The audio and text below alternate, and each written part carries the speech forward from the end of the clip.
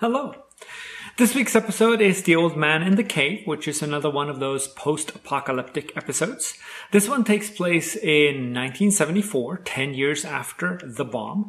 So in this prediction, or rather projection, the bomb falls in 1964.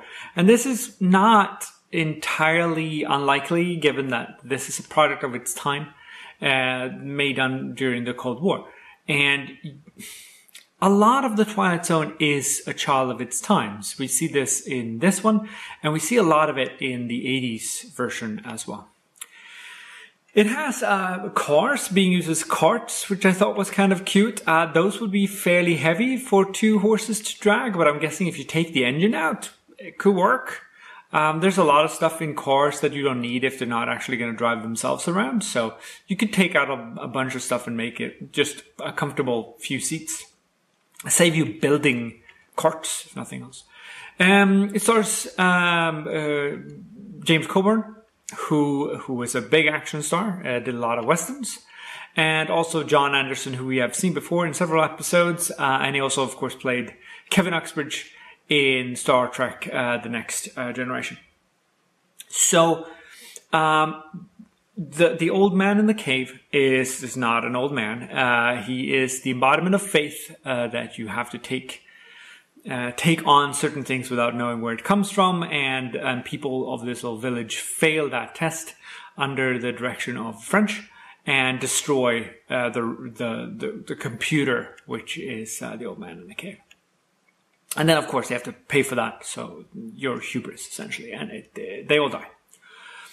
And when they are destroying the machine, they're throwing rocks at it.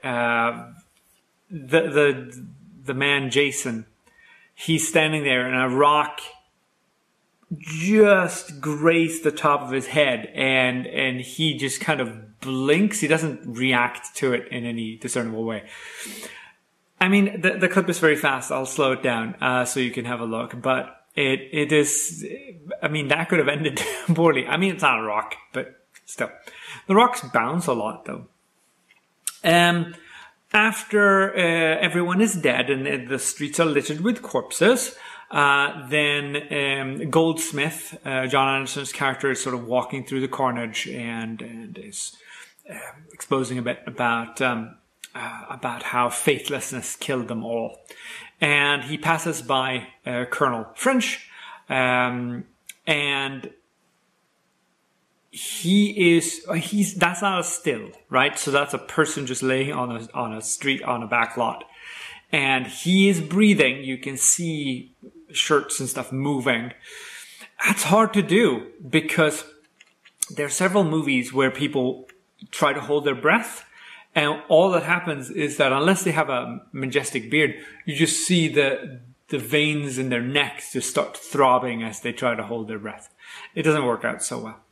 But that is the end of the episode as he walks away from the village, which is now dead because it could not keep faith with its keeper, the man in the cave. Next week is Uncle Simon, in which we will, well, I'm not going to spoil it, but, Danger. See you then.